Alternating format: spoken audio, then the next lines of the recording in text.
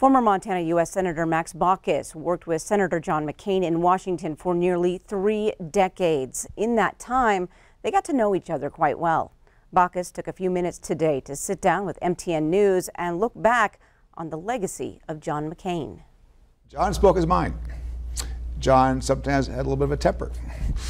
And to be honest, one time I walked up to him about something on the Senate floor. I've forgotten what it was. I just remember his reaction. Oh, he blew up at me. He had lost his temper. And I thought to myself, Max, what did you do to deserve this? My gosh, I didn't do anything wrong here. Oh, he was angry with me.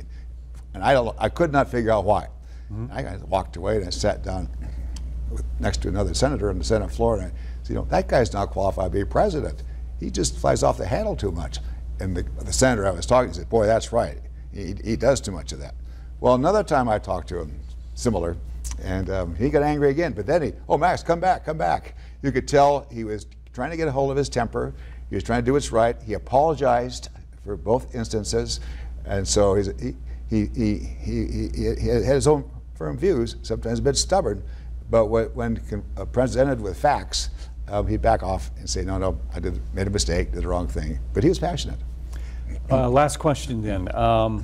Were you surprised by any of the comments that were made in that letter that he had read after his passing? No, that's quintessential John. That's John McCain.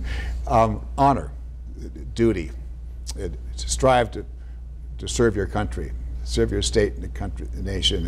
It's just he was so driven to public service for our country, and his honor, his code of honor, his badge of honor, it's a military code of honor.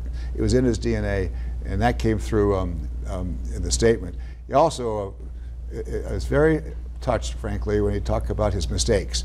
He said, you know, I sometimes make a lot of mistakes.